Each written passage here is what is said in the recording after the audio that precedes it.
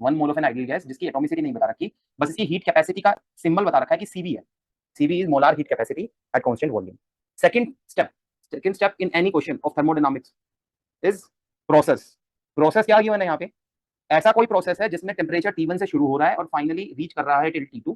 Process की equation given है आपको, equation of thermodynamic process, equation of thermodynamic process आपको गिवन है।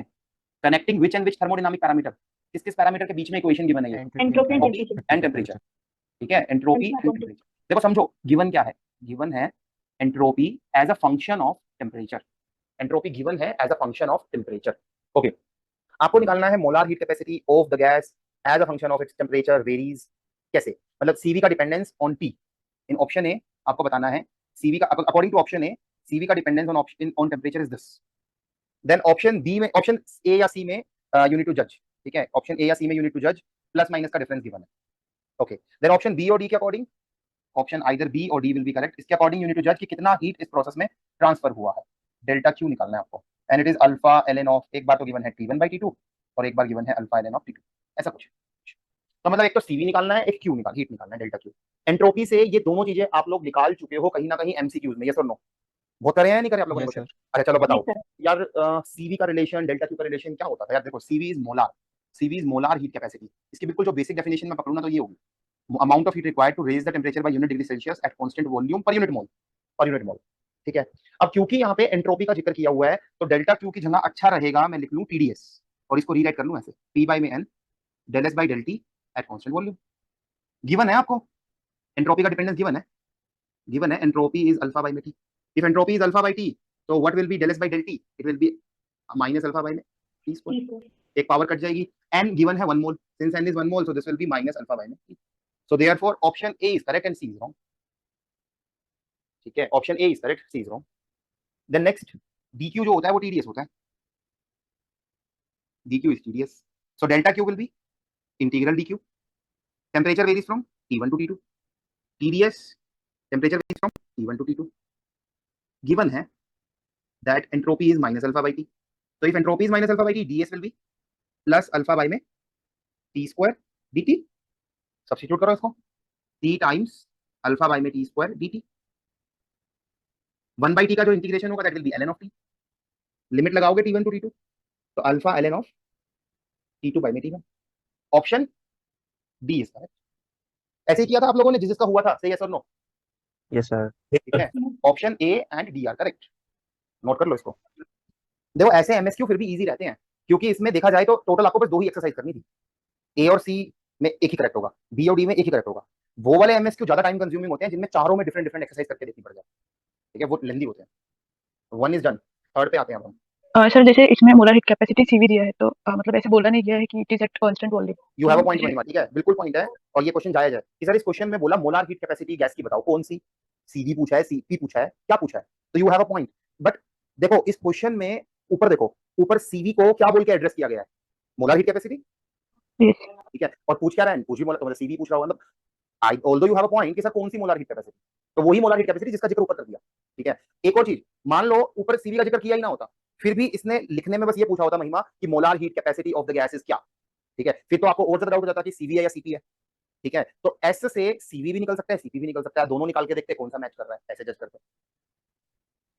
ओके क्योंकि ऐसा नहीं है कि इनकम्प्लीट क्वेश्चन जैम में नहीं आते हैं, वहां पे आपको स्मार्ट बनना होता है। जैसे एक क्वेश्चन था, आपको याद हो एमसीक्यू में, जिसमें 4 ऑप्शंस गिवन थे और बोला था कि कौन सा इंटीग्रल इनमें से पार्ट फंक्शन है, कौन सा इंटीग्रल इनमें से स्टेट फंक्शन है। ऑल्दो सारे ही पार्ट फंक्शन थे, बट फॉर रिवर्सिबल प्रोसेस याद आया ये option dq/t for reversible process. Since for reversible process this integral is exactly equal to delta s and delta s is path independent, so therefore I can treat this as to be a state function only under an assumption when all the processes are reversible। तो questions में थोड़ा सा अपने को अपने like थोड़ा सा cleverly सोचना कई बार पड़ सकता है कि यार चारों ऑप्शन गलत दिख रहे हैं, फिर भी क्या करें, कौन सा कम इनकरेक्ट है, तो गो लाइक दैट, और ये प्रैक्टिस से आएगा। ठीक है, यू हैव अ पॉइंट की कौन सी सीवी या सीपी, तो सीवी इसीलिए क्योंकि एग्जामिनर ने ऊपर सीवी का जिक्र कर, इसलिए। क्वेश्चन नंबर 3 पढ़ता हूं मैं, इंटरनल एनर्जी इसमें से सेकंड वाली, हाँ सेकंड में बोलो सर आपने वो एस का रिलेशन गलत लिख दिया, माइनस लगा दिया, एस इक्वल्स टू अच्छा माइनस अल्फा। ओके ओके, तो किसी ने फिर टोका भी नहीं। ठीक है ठीक है ठीक है, गुड। तो आई थिंक फिर T1/T2 हो जाएगा ना, यस सर। और फिर रिवर्स हो जाएगा, ये बी करेक्ट हो जाएगा और डी इनकरेक्ट। किसी ने टोका भी नहीं भाई, चलो थैंक यू। सर इसमें सेकंड वाले में टीडीएस को जैसे एच के इक्वल टू अल्फा लेके और फिर डिफरेंशिएट करके उससे रिप्लेस कर सकते हैं क्या? क्या कर सकते हैं? एच के इक्वल टू अल्फा लेकर टीडीएस को एच के इक्वल टू अल्फा को डिफरेंशिएट करके टीडीएस को उससे रिप्लेस कर सकते हैं क्या? I am not getting you, मतलब समझ नहीं पा रहा हूँ कि पूछ क्या रहे हो Priya. Sir according to given equation H के इक्वल टू अल्फा लेते हैं, फिर उसको डिफरेंशिएट करके टीडीएस की हाँ। जगह पर माइनस एच टी रिप्लेस कर सकते हैं क्या? हाँ कर सकते हो, बिल्कुल कर सकते हो, बिल्कुल कर सकते हो, बिल्कुल वेरी गुड, बिल्कुल सही कह रही है कि अगर ऐसा करें तो कैसा रहे, गुड, कि s equal to alpha by t given है तो ts विल बी अल्फा, सही है, तो tds plus S D T it will B zero, ये हो जाएगा ना, ठीक है ना, तो ठीक है। tds will be minus S D T, बहुत बढ़िया, सही जा रही है, वेरी गुड, तो delta Q will be integral tds integral S D T हो जाएगा, बहुत बढ़िया, s की जगह सब्स्टिट्यूट कर देंगे, वेरी गुड वेरी गुड, बहुत बढ़िया, तो आ जाएगा minus alpha l n of t limit t1 to t2, very good very good very good very good, sir thank you sir. हाँ हाँ हाँ, सर दोनों रिजर्वायर अगर कांटेक्ट में रखेंगे तो infinite amount of heat exchange होगा ना? Yes, infinite amount of heat exchange होगा अगर आप इनफाइनाइट टाइम के लिए रख रहे हो तो, अगर फाइनाइट टाइम के लिए रख रहे हो तो कुछ ना कुछ फाइनाइट अमाउंट होगा, वो एग्जामिनर को देना पड़ेगा कितना अमाउंट एक्सचेंज हुआ, वो क्वेश्चन में दिया सर रहता तो हम जब डेले से निकलते हो तो फाइनाइट टाइम के लिए निकलते हैं। है। हाँ बिल्कुल, वेरी गुड वेरी गुड, बिल्कुल, यस यस यस, ओके मजा आ रहा है मुझे तो आज, मतलब अभी जो 2 डाउट पूछे गए हैं बहुत अच्छे डाउट पूछे गए हैं, वेरी गुड वेरी गुड, ठीक है, गुड।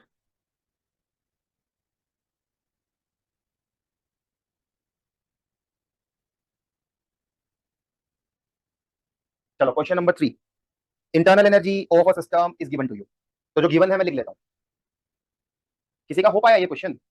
Yes sir. ये सर अच्छा क्वेश्चन है यार, और इजी भी है और अच्छा भी है, मतलब इंपॉर्टेंट है, बी एस क्यूब बाई में वी एन। तो देखो अप्रोच देखो, पहले गिवन क्या है, मतलब मैं इस क्वेश्चन में क्या देख पा रहा हूँ, मैं ये देख पा रहा हूँ कि इंटरनल एनर्जी, मैं कंफर्टेबल हूँ यू सिंबल के साथ, तो मैं यू ही रख लूंगा, ई के साथ अभी थोड़ा इतना कंफर्टेबल नहीं हूँ, ऑल्दो आप देखोगे कि जैम का एग्जामिनर इंटरनल एनर्जी के लिए दोनों ही सिंबल यूज करता है, कभी यू यूज करता है कभी ई यूज करता है, तो आपको दोनों के साथ कंफर्टेबल होना पड़ेगा। आपको इस क्वेश्चन में गिवन है u as a function of what, बताओ किस किस पे डिपेंड कर रहा है यू? एंट्रोपी वॉल्यूम एंड ठीक है, बी पे मत बोल देना, बी तो एक कांस्टेंट है, it is depending on 3 thermodynamic parameters s b and n, ये गिवन है। निकालना क्या है, अगर ऑप्शन ए और बी देखूं, ऑप्शन ए और बी में देखूं तो आपको टेम्परेचर निकालना है as a function of s v n, ठीक है, ऑप्शन सी और डी देखूं तो प्रेशर निकालना है एज अ फंक्शन ऑफ, अब यार ऐसा कोई मेथड सोचो जिसमें यू गिवन हो, यू से टी निकल जाए, यू से पी निकल जाए, सोचो सोचो सोचो, अच्छा नहीं आ रहा दिमाग में, फिर सर ने कहा था कि एंट्रोपी का ना कोई भी क्वेश्चन हो, कोई भी क्वेश्चन, वो ना एक सिंगल मैथमेटिकल इक्वेशन से निकल जाता है, and that is combined form of first and second law of thermodynamics. Sir ने कहा था कि एंट्रोपी का कोई भी क्वेश्चन हो 90% चांस है कि इससे निकल जाएगा, d q equal to t d s, ये तो सेकंड लॉ हो गया, और d q d u plus p D v minus mu D n, ये हो गया फर्स्ट लॉ, तो combined form of first and second law is this. अब ना यू गिवन है as a function of s b n n, अच्छा रहेगा इस इक्वेशन को मैं ऐसे रीराइट कर लूं, डी यू बराबर t d s minus p D we plus mu D n, ठीक है, अगर u एक फंक्शन है s v और n का, अगर u एक डिपेंडेंट पैरामीटर है on these 3 independent parameters, then help me in writing total derivatives in term of partial derivative. कौन बच्चा मुझे टोटल डेरिवेटिव लिखवा सकता है in terms of 3 partial derivatives का सम, कैसे लिखूं बताओ, डिक्टेट करो, करली u बाय del s at constant vn times ds plus del u by del v at constant s comma में n dv plus del u by del n at constant s comma में v ds। अगर मैं इस equation और इस equation को compare करूं तो मुझे 3 इक्वेशन मिलेगी, क्या 3 इक्वेशन होगी, कि टेम्परेचर इस डेरिवेटिव के बराबर है, प्रेशर नेगेटिव ऑफ इस डेरिवेटिव के बराबर है, और केमिकल पोटेंशियल एनर्जी इज, तो 3 इक्वेशन मिल गई अपने को, 3 तरीके मिल गए कि मैं u as a function of svn से t as a function of svn निकाल सकता हूं by using this equation, t बराबर curly u by curly s at constant v comma में n, एंड p बराबर minus of curly u by curly v at constant s comma में। तो ये 2 equations को यूज करके I can determine temperature and pressure. Okay चलो use करते हैं, तो आपको गिवन है ये, हेल्प करो मेरी, u equal to b s cube by में v n, temperature is curly u by में curly s at constant v comma में n, बताओ डेरिवेटिव क्या होगा इसका, पार्शियल डेरिवेटिव, हेल्प करो, 3bx square upon vn, 3bs square by में vn, very good, 3bs square by में vn, right, and so it matches with कौन सा option, b, right, b। Next pressure, pressure निकाल लो, p बराबर minus कर ली u by में curly v at constant s comma में, क्या हो जाएगा? Minus b s cube, minus तो माइनस माइनस प्लस हो जाएगा, b s क्यूब बाय में s cube upon v v square. Square m कौन सा ऑप्शन हो गया बेटा? C। राइट, चलो कर लो note. So b and c are correct, a and d are incorrect. Fourth, किसी का हुआ फोर्थ? एनीवन? Yes sir. चलो ठीक है, सर ऑप्शंस में डाउट है। हाँ ठीक है, दैट आई अंडरस्टैंड कि एक या दो में ही डाउट होता है, एक ऑप्शन में डाउट रहता है। आपको करेक्ट स्टेटमेंट बताना है, तो तीन तो मतलब जरूरी नहीं है तीन, मतलब इन चारों में से कौन कौन सी करेक्ट है उस पर आपको टिक करना है, ये ध्यान से देना देखना, आइडेंटिफाई द करेक्ट या identify the incorrect. Okay, entropy of system always and it undergoes an irreversible process, correct या इनकरेक्ट, क्या लगता है आप लोगों को? Incorrect. Entropy of an system always increases when it undergoes an irreversible process. Sir always नहीं होगा ना? ऑप्शन ए करेक्ट या incorrect? It is incorrect, Incorrect. It is incorrect. इसको करेक्ट करके बोल के दिखाओ, महिमा बताओ, करेक्ट करके बोल के दिखाओ स्टेटमेंट को। Entropy of the universe is always increasing. Isolated system, सही है ना? अगर सिस्टम आइसोलेटेड होगा तो ही हम श्योरली ये बात बोल पाएंगे कि entropy of an isolated system undergoing irreversible change always increases. अगर सिस्टम ओपन सिस्टम है और it is undergoing some irreversible change, तो कोई गारंटी नहीं है कि एंट्रोपी बढ़ेगी ही। एग्जांपल, ऐसा एग्जांपल दो जो ऑप्शन ए को इनकरेक्ट प्रूव करे, ऐसा एग्जांपल दो आप लोग जिसमें ऑप्शन ए इनकरेक्ट प्रूव हो, बताओ। सर कोई कूलिंग वाला प्रोसेस होगा जैसे? कौन से वाला प्रोसेस? सर कोई टेम्परेचर हाँ सही सही बोल रही है, सही बोल रही है। मान लो ऐसा कुछ हो, 10 gram water at 10 degree Celsius, it is mixed with 20 gram water at 80 degree Celsius, तो हीट एनर्जी कहां से कहां फ्लो करेगी बताओ, जल्दी बताओ। सिस्टम 1 इसको बोल दो, सिस्टम 2 इसको बोल दो, हीट एनर्जी कहां से कहां फ्लो करेगी? 2 से 1 2 से 1। तो इस ये प्रोसेस रिवर्सिबल है या इरिवर्सिबल है? इरिवर्सिबल। इरिवर्सिबल। इस प्रोसेस के दौरान what will be change in entropy of system 1, positive या नेगेटिव? एंट्रोपी बढ़ेगी घटेगी सिस्टम 1 की? Since this is gaining heat, this is तो it is gaining entropy. System 2 की डिक्रीज। और पूरे सिस्टम की, इस पूरे सिस्टम की एज अ होल मगर मिला के पूछू तो, यूनिवर्स की पूछू तो, इन दोनों का सम अगर पूछू तो that will come out to be a positive. Positive. ठीक है, तो entropy of system 2 undergoing irreversible change is decreasing and hence option A is incorrect. Option A के अकॉर्डिंग क्या है? Entropy of system always increases when it undergoes irreversible. मैंने wrong prove कर दिया। अगर इसको करेक्ट करके बोलना है तो आपको सिस्टम को स्पेसिफाई करना पड़ेगा कि system is an isolated system, entropy of an isolated system always increases undergoing irreversible. ठीक है, यही डाउट था आई थिंक, है ना, जिसने भी पूछा था। सर सिस्टम बोला है तो सिस्टम में दोनों बॉडीज आ जाएंगी ना? क्यों नहीं भैया, system this is also an system, this is also system, दोनों खुद में एक system system, both are the systems. Okay that is system 1, that is system. चलो इसी में Option C। ऑप्शन सी में था, चलो आगे भी देख लेते हैं। सो ऑप्शन बी देख लेते हैं, entropy of system always decreases, नहीं ये भी इनकरेक्ट है। ऑप्शन सी, ऑप्शन बी इसीलिए इनकरेक्ट है क्योंकि इट में इंक्रीज, इट में डिक्रीज। ठीक है, ऑप्शन सी में second law of thermodynamics follows directly from principle of conservation, नहीं दैट्स रॉन्ग।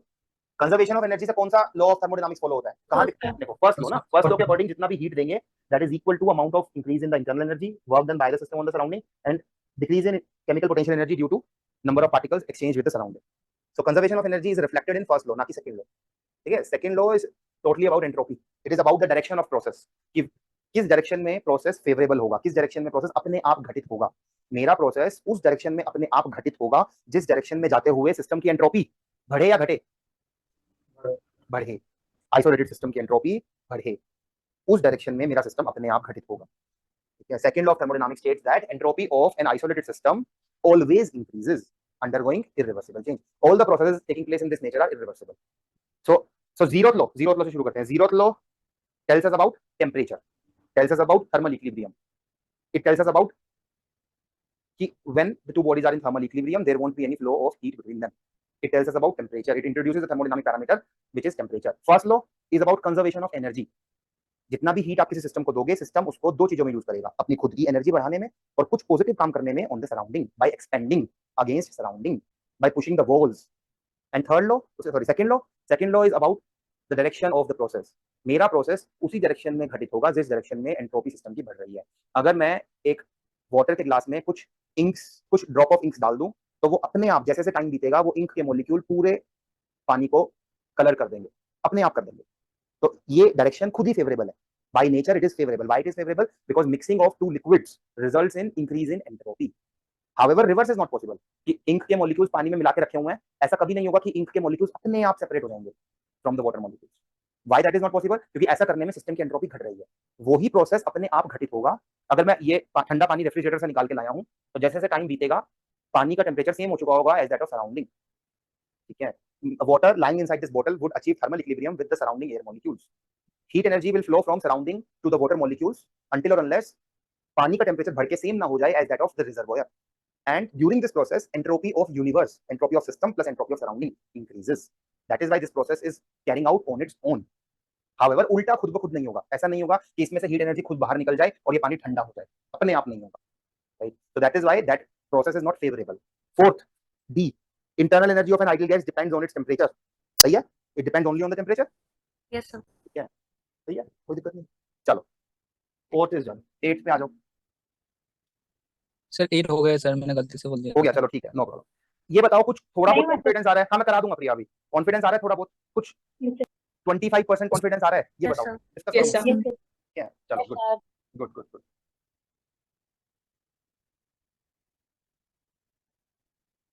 अगर आप क्वेश्चन ट्राई करोगे और आके डाउट्स पूछोगे और इंटरेक्ट करोगे टीचर के साथ, तो thermodynamics is such a subject जो आपको मार्क्स दिलाएगा। 10 क्वेश्चन आएंगे, याद रखना, ठीक है।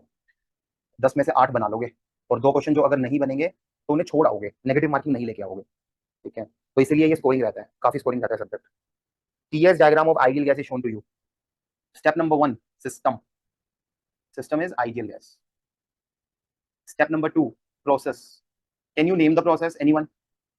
कैसा प्रोसेस गिवन है यार, बता दो। Cyclic. है ना, Cyclic. साइक्लिक भी कैसा? क्लॉकवाइज ना, clockwise cycle process, cyclic process. On which indicator diagram? Yes, sir. On Yes. yes, thank God. क्यों मैंने थैंक गॉड बोला? जैसे पीवी पे भी मैं खुश हो जाता हूँ यार, अच्छा चलो एग्जाम में देना, पीवी दे दिया। पीवी पे क्यों खुश हो जाते हैं हम? क्योंकि पीवी में area bound by the cycle gives you the work done during the cycle. Area below the curve shows the work. ऐसे ही टीएस इंडिकेटर डायग्राम पे area bound by the cycle gives you Heat. Heat. Very good, heat. तो इसलिए यहाँ पे भी थोड़ा सा ना इजी हो जाता है टीएस पे भी। अच्छा देख लेते हैं, बना लेते हैं साइकिल, बना लेते हैं, और साथ में तुम लोग आइडेंटिफाई करो, नामकरण करो इन प्रोसेस का, करेक्टली नामकरण करना, ठीक है। जो पहला प्रोसेस है वो ऐसा कुछ है यार, ए से B, T not S not and 3T not 2S not, ठीक है। और जो दूसरा प्रोसेस है B2C, वो तो तुम सीधा सीधा बता पा रहे होगे कैसा प्रोसेस है। B2C का नामकरण तो हर बच्चा कर लेगा, कैसा प्रोसेस है। और C2D और D2A भी इजी है, D2A का भी बता दो, क्या नाम बोलोगे, क्या बोलोगे D2A को? 6S नॉट और 7S। बताओ पहले A to B कैसा प्रोसेस है, फिर करेंगे क्वेश्चन। Compression. पता नहीं कैसे एकदम से आपने सोचा, बट जो मैं तुरंत देख पा रहा हूँ वो ये देख पा रहा हूँ कि ए से बी जाते हुए टेम्परेचर बढ़ रहा है और एंट्रोपी भी बढ़ रही है। डेल्टा एस इज पॉजिटिव, है ना, डेल्टा एस इज पॉजिटिव, तो इसका मतलब टी डेल्टा एस पॉजिटिव होगा, इसका मतलब डेल्टा क्यू इज पॉजिटिव, इसका मतलब heat is entering into the system. मुझे ऐसा लग रहा है कि heat is entering into the system and hence this is heating. Temperature भी बढ़ रहा है, heat is entering, so therefore this is heating. मेरे अकॉर्डिंग ये हीटिंग, ठीक है। बाकी कंप्रेशन आपने कैसे बोला, can you tell me, can you convince me कि कंप्रेशन कैसे है? चलो ठीक है, B2C का नामकरण करो, देखते हैं कौन करता है। Isothermal. हाँ, आइसोथर्मल तो किसी को भी दिख रहा है, उसके आगे बोलो ना। आइसोथर्मल तो है, हीटिंग है, कूलिंग है, एक्सपेंशन है, कंप्रेशन है, क्या है B2C?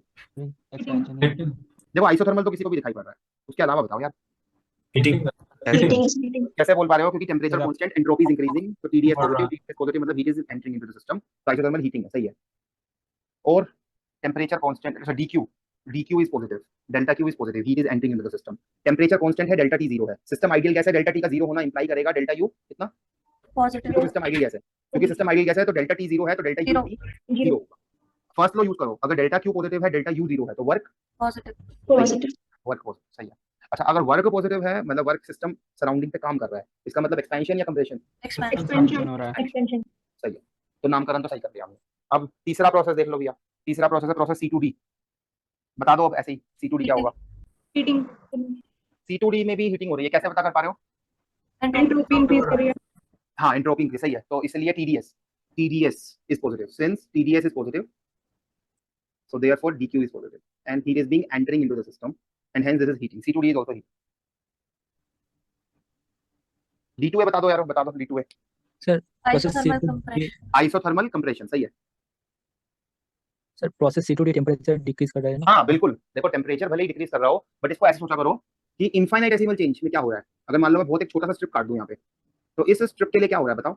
इस स्ट्रिप के लिए टेम्परेचर को मोटा मोटा कांस्टेंट मान सकते हैं। इस स्ट्रिप में टेम्परेचर यहाँ से यहाँ चेंज हो रहा है, मतलब बहुत कम अमाउंट में चेंज हो रहा है, बट एंट्रोपी इज इंक्रीजिंग ना। So therefore, for this strip, TDS is positive. So for each strip, TDS is positive. For each infinitesimal strip, TDS is positive. So summation TDS, it is overall positive. Summation या integral TDS is positive. चाहे तो ऐसे सोच लो, method 1, method 2 निकाल के देख लो DQ, अभी निकाल के देखेंगे, वहां पे आप देखोगे कि डेल्टा Q पॉजिटिव आ जाएगा। ठीक है, हीटिंग है इसमें। अगर एक बार में नहीं समझ में आ रहा तो एक्चुअल में निकाल के देख लेंगे, उसमें फिर क्लियर हो जाएगा। D2A देख लो, D2A is isothermal cooling, it is being expelled out, and it is compression, not expansion. This is compression. System is being compressed. ऐसा कुछ।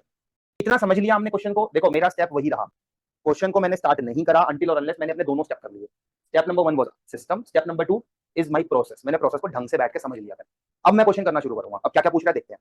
Option A, the given cycle is used to run a refrigerator. Correct या incorrect? Incorrect. Incorrect. It is used to run an engine. Why? Because Agree. delta Q during this cycle, during clockwise cycle, is positive या negative? Positive. Is positive. Delta U cycle कितना? 0. Delta Zero. U 0. Zero. इन दोनों को use किया और first law में लगाया, तो work done during this cyclic process Positive. Positive. Positive. Work is done by the system, some work is delivered. तो deliver किसमें होता है, किस मशीन में, Engine. इंजन में या रेफ्रिजरेटर में? Engine.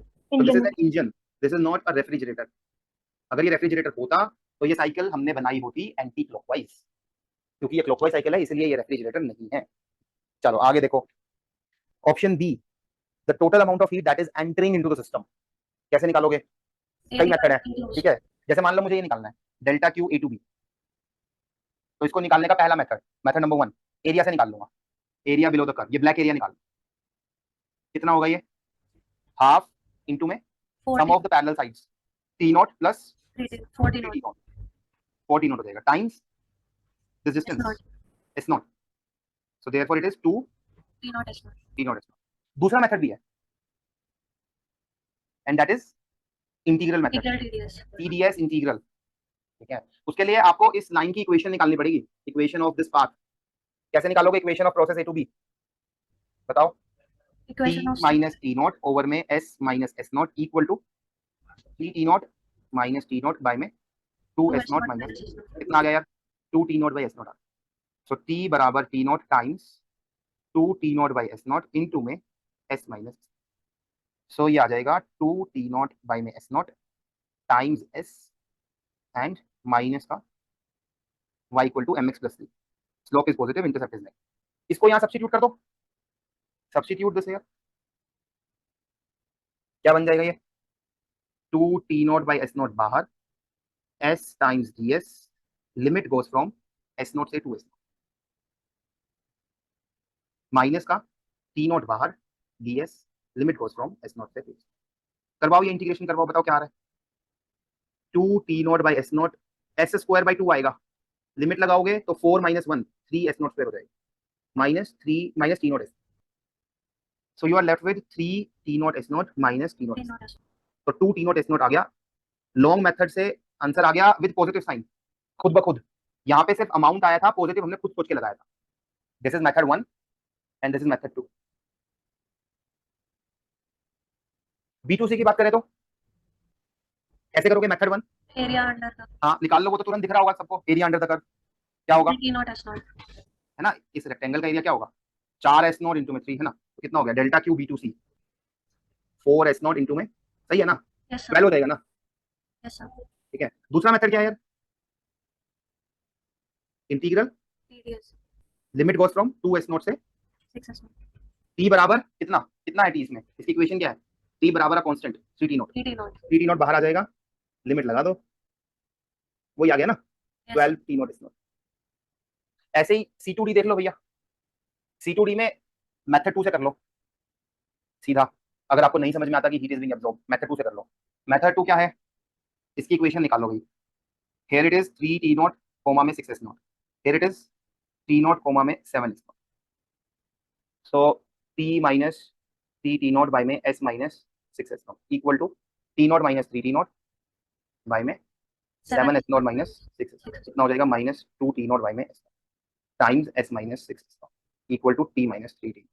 सो ये हो जाएगा आपका टी बराबर माइनस 2 टी नॉट ओवर में एस नॉट टाइम्स एस 12 में 12 और 3 15 15 टी नॉट ये आ जाएगा। डेल्टा क्यू निकाल लो, delta Q C to D TDS limit goes from 6s not से 7s, so it will come out to be minus 2 t not by S not, S का integral करूंगा तो S square by 2 गया, 49 minus 36 gives you कितना होगा, 49 minus 36 13, तो 13 S not square and then plus 15 T not S not, तो you are left with 2 T not S not. और ये क्विकली भी निकाल सकते थे आप, क्विकली कैसे निकालते हैं, एरिया से half times this plus this, so 3 t not plus t not times 7s not minus 6s not, so this will again give you 2 t not. Clear है ना? जिसने पूछा था सर पॉजिटिव कैसे, देखो पॉजिटिव खुद आ गया आंसर, किसने पूछा था, मंडल ने पूछा था ना, ठीक है, ध्रुव ज्योति मंडल। बेटा देखो पॉजिटिव आंसर खुद आ गया ना यहाँ पे, मैंने कुछ नहीं करा, मैंने सिर्फ इंटीग्रल टीडीएस फॉर्मूला यूज करा, आंसर खुद पॉजिटिव साइन के साथ आ गया। So if you are confused कि हीट एंटर कर रही है या रिलीज हो रही है, तो आप निकाल के देख लो ना इंटीग्रल टीडीएस से। इट इज सिमिलर टू कि वर्क हो रहा है या वर्क किया जा रहा है, वर्क सिस्टम पे हो रहा है या वर्क सिस्टम के द्वारा किया जा रहा है। अगर आपको नहीं समझ में आ रहा तो इंटीग्रल पीडीवी से निकाल के देख लो, आंसर पॉजिटिव आ गया तो सिस्टम वर्क कर रहा है, आंसर नेगेटिव आ गया तो हो रहा है, ठीक है। ऐसे ही D2A भी निकाल लो, कितना होगा डेल्टा क्यू D2A, बताओ आप लोग। सर एरिया अंडर द हाँ बताओ कितना होगा area under the curve, sir total minus 6s 7 में से 6 गया तो 6s नॉट इनटू में टी नॉट t नॉट, यही होगा आंसर। माइनस हाँ ये इंपॉर्टेंट है कि ना यहाँ पे ना एक नेगेटिव का साइन जरूर लगाना है अपने को, ये इंपॉर्टेंट, क्योंकि ये तो एरिया है ना, एरिया तो मैग्नीट्यूड होगा हमेशा, माइनस का साइन खुद सोच के लगाना है पहली अप्रोच में जब एरिया से कर रहे हो, दूसरी अप्रोच में नेगेटिव खुद आ जाएगा, इसमें खुद आ जाएगा negative. Integral TDS limit goes from 7 initial 7s not है, फाइनल पे s नॉट है, तो 7s नॉट माइनस से s नॉट, t की जगह लिख दोगे t नॉट, इंटीग्रल करोगे तो s not minus 7s not, answer आ गया विद नेगेटिव साइन। तो मैंने दोनों अप्रोच करके दिखा दिया, मैं लिख देता हूँ यहाँ पे चारों नंबर्स। ऑप्शन ए में कितना हीट अंदर एंटर कर रहा है, 2 t not s not enter कर रहा है, सेकंड प्रोसेस में 12 t not s not enter कर रहा है, थर्ड प्रोसेस में 2 t not s not enter कर रहा है, और फोर्थ प्रोसेस में 6 t not s not release हो रहा है। ओके तो अब करते हैं, अब सारे ऑप्शंस को वेरीफाई करते हैं। Total heat entering into the system, जोड़ दो इनको, 2 + 12 + 2, सही है, यस सर सही है। So option B is correct, option A is incorrect. Option C देखो, total heat that is going out of the engine, out of the cycle is 6 T not minus होना चाहिए या नहीं होना चाहिए, स्टेटमेंट में लिखा हुआ बताओ, नहीं होना चाहिए, नहीं होना चाहिए, ऑलरेडी क्योंकि आउट लिखा है। लैंग्वेज में खुद बोल दिया ना, टोटल हीट गोइंग आउट में ही नेगेटिव आ गया ना, तो option C is correct. Option D में निकालनी है एफिशिएंसी, एफिशिएंसी कैसे निकालते हैं बेटा, work by heat absorb, work in the cycle by में हीट, कौन सी हीट, अब्सॉर्ब एब्जॉर्ब, ठीक है। इस साइकिल में कितना काम हुआ, क्या इसको मैं डेल्टा क्यू साइकिल के बराबर कर सकता हूँ वर्क साइकिल को, यस सर क्योंकि Yes, डेल्टा यू साइकिल कितना होता है 0, तो फर्स्ट लॉ के according work cycle is equal to delta Q cycle, over में हीट एब्जॉर्ब कितना हो रहा है, निकाल चुके हो आप 16 T not 16 T not S not, और डेल्टा क्यू साइकिल कितना है, अगर सब जोड़ दें अगर हम और डेल्टा क्यू 10 साइकिल T निकालें, तो delta Q cycle it is delta Q in the पहला process plus delta Q in the दूसरा प्रोसेस, तीसरा प्रोसेस एंड देन चौथा प्रोसेस। शुरू के 3 प्रोसेस में पॉजिटिव काम हो रहा है, अगर जोड़ा तो इतना आया, और चौथे प्रोसेस में नेगेटिव काम हो रहा है, तो ये आ गया 10 टी नॉट एस नॉट। और एंड हीट एब्जॉर्ब डिनोमिनेटर है 16, सो 10 बाय में 16 इज 5 बाय 8 बाय में 8, क्या गिवन है आपको 5 बाय 6, सो देयरफॉर ऑप्शन ऐसे करना था। हो गया था, किसी का 8 हो पाया था, अच्छा क्वेश्चन है, चलो good, Yes, sir. Very good. Sir हाँ सिंपल, स्पॉन्टेनियस प्रोसेस में चेंज इन एंट्रोपी 0 होनी चाहिए ना, spontaneous process is a process which occurs on its own, खुद ब खुद हो रहा है, तो स्पॉन्टेनियस मतलब- process is irreversible in nature, तो change in entropy of an isolated system undergoing a spontaneous process is positive. तो स्पॉन्टेनियस प्रोसेस रिवर्सिबल होता है, नहीं, spontaneous process is irreversible, spontaneous मतलब एकदम से हो रहा है, खुद हो रहा है, फास्ट हो रहा है, तो मतलब that is irreversible not reversible. Sir spontaneous जैसे कि अगर पानी झरने पे से गिर रहा है तो स्पॉन्टेनियस मतलब ऊपर से नीचे जा रहा है, नीचे से हाँ। ऊपर जा रहा नहीं, नीचे से ऊपर से नीचे मतलब इरिवर्सिबल, कि वो नीचे से ऊपर खुद नहीं जा सकता, that is why it is irreversible, that is why it is spontaneous. है, और नॉन स्पॉन्टेनियस उल्टा ना, नॉन स्पॉन्टेनियस ऐसा कुछ नहीं, मैंने वर्ड नहीं देखा है, क्वाजी स्टैटिक बोलते हैं रिवर्सिबल को। Okay sir. Okay, so we have discussed 4 questions out of 8. Good. Now let us move to NAD section.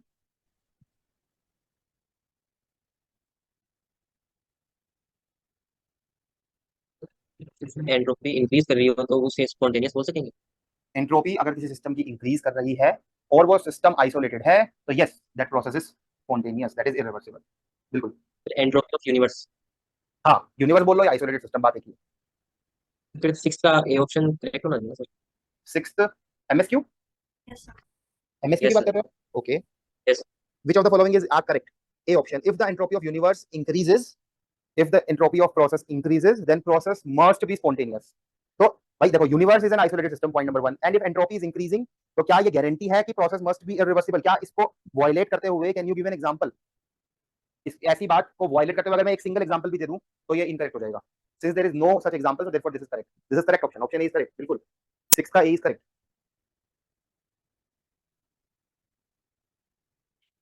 NET में बताओ क्या डाउट थे आप लोगों को? So, question number 12, okay sir उसमें एक्स ठीक है, देख लेंगे देख लेंगे, 12th है। और बताओ, या ट्राई नहीं किया है? 9 9 5 5 7. 7 हिरेन 7, ओके बस। बोला which one? 8th 8।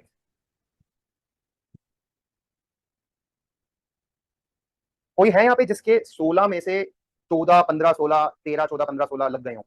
Anyone? Yes, sir. Shravan, anyone else जिसके 12 13 14 15 16 क्वेश्चन लग गए हैं? Yes, sir. 12 हो गए। Isha very good, Sameer good, good Mahima good, ठीक है चलो देखते हैं फिर, 5th देख लेते हैं। सर एक क्वेश्चन, सर सारे इरिवर्सिबल प्रोसेस को हम स्पॉन्टेनियस बोल सकते हैं क्या? बिल्कुल बिल्कुल, इरिवर्सिबल का एक दूसरा नाम है स्पॉन्टेनियस, बिल्कुल।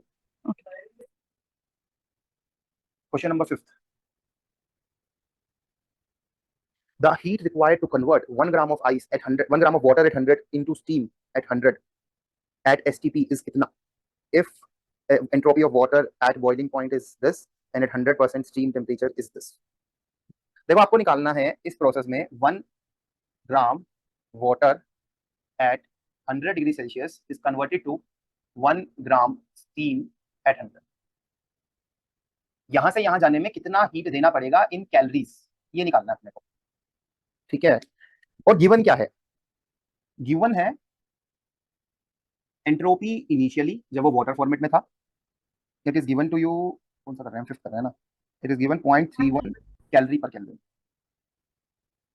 And entropy in steam format, the gaseous format, it is given to you 1.74 calorie per kelvin. Delta Q निकालना। अब देखो इसको करने के ना 2 तरीके हैं। Method number 1, and I believe कि किसी ना किसी ने तो ऐसे किया ही होगा। मेथड नंबर 1 कि ये प्रोसेस एक फेज ट्रांजिशन प्रोसेस है, वेपराइजेशन है। फेज ट्रांजिशन में delta Q is equal to m into में n, मास गिवन है और लेटेंट हीट ऑफ वेपराइजेशन अपने को रटी हुई है, बच्चों को रट जाती है और रटी होनी भी चाहिए, 540 कैलोरी पर ग्राम। तो आंसर क्या आ गया? क्या आ गया answer? 540 calorie. So this is method 1 which is incorrect. Why it is incorrect? क्योंकि हियर आई हैवंट यूज्ड, क्या नहीं यूज करा हमने? Given information. The given knowledge. अब देख लो इस क्वेश्चन में कहीं पे भी latent heat of vaporization provided नहीं, ऑल्दो आपने करेक्ट नंबर यूज किया है, then also I am going to say कि ये रॉन्ग अप्रोच है। ऑल्दो हो सकता है कि मेरा आंसर करेक्ट आया हो, but this is wrong approach for the given data, specially when it is NET, तब तो और ज्यादा, क्योंकि एनईटी में मेरे को एक स्पेसिफिक नंबर को टिक करना, एक नंबर लिखना होता है, करेक्ट नंबर लिखना होता है, क्योंकि मैंने गिवन डेटा यूज नहीं किया यहाँ पर। गिवन डेटा ये नहीं था, तो एग्जामिनर मुझे ऐसे चलने के लिए नहीं इंसिस्ट कर रहा था। Rather correct method should be ऐसा मेथड जिसमें मैं एंट्रोपी को यूज कर पाऊं।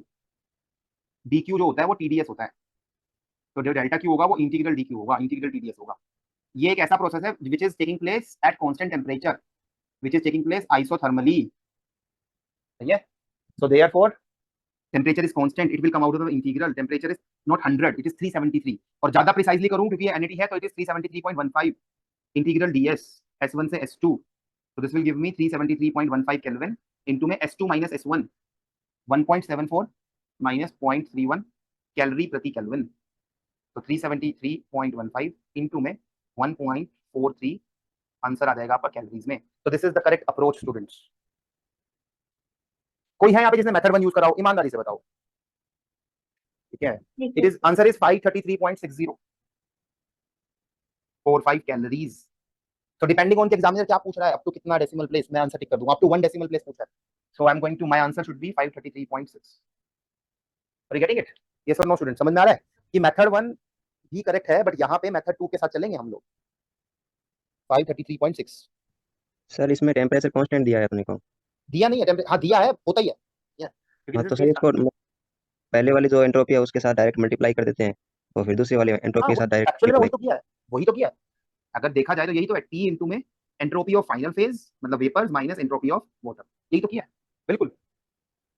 सर दोनों ऐड नहीं होगी क्या? ऐड क्यों होंगी? डेल्टा क्यू निकालना है ना. Delta Q is T delta S change in entropy, okay final minus initial. Okay sir. है ना? सर वेपर और स्टीम दोनों एक ही होती है ना? Yes, vapour steam gaseous form same. ठीक है, ओके सर. चलो 7th पे आ जाओ, कर लो ये नोट. एनीवन जिसने 5th में अप्रोच 2 यूज किया हो? Anyone? Yes, sir. Yes sir. Good good good good good.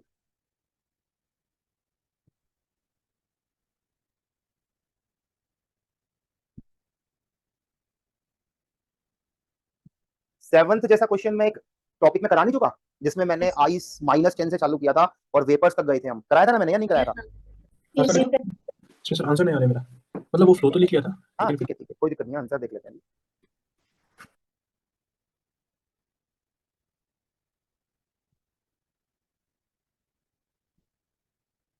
Tomorrow I'm going to start next chapter, which is your thermodynamic potential and natural relation. Tomorrow's class is very very very very very important, बहुत important रहेगी. Reason है, कल ही मैं वो chapter खत्म कर दूंगा. ठीक है, tomorrow itself I am going to finish that theoretical part. कल आपका होमवर्क क्या रहेगा पता है आप लोगों को? कोई गेस कर सकता है क्या होमवर्क रहने वाला है? सारे क्वेश्चन उसके सारे उस चैप्टर के. Try all the question. Question. ठीक है, और मैं बता रहा हूँ, मैं ये 10-11 साल से यही सब्जेक्ट पढ़ा रहा हूँ, बहुत बैचेस को पढ़ा चुका हूँ. बच्चों का जो आंसर अगले दिन आता है कि मैंने पूछता हूँ कि कितने क्वेश्चन हुए, कितने क्वेश्चन निकल पाए. ठीक है, मान लेते हैं 50 क्वेश्चन अगले चैप्टर में, तो आंसर निकल के आता है सर 48 हो गए, सर 45 हो गए, सर 43 क्वेश्चन हो गए, 50 में से 44 बन गए, सर सिर्फ 2 क्वेश्चन नहीं हुए, सर 1 नहीं हुआ, सारे क्वेश्चन हो गए. सर मजा आ गया, सर बहुत कॉन्फिडेंस आया रात को जब हम क्वेश्चन कर रहे थे और एक वन आफ्टर वन क्वेश्चन सारे बनते जा रहे थे. जैम के प्रीवियस ईयर, जेस्ट के प्रीवियस ईयर, TIFR के प्रीवियस ईयर, जब वो बनते जा रहे थे सर बहुत कॉन्फिडेंस आया. सर एक्चुअल में इस चैप्टर के करने के बाद थर्मोडायनामिक्स में कॉन्फिडेंस आना बहुत अच्छे शुरू हो गया. तो इसलिए कल की क्लास बहुत इंपॉर्टेंट है और कल की रात बहुत इंपॉर्टेंट है.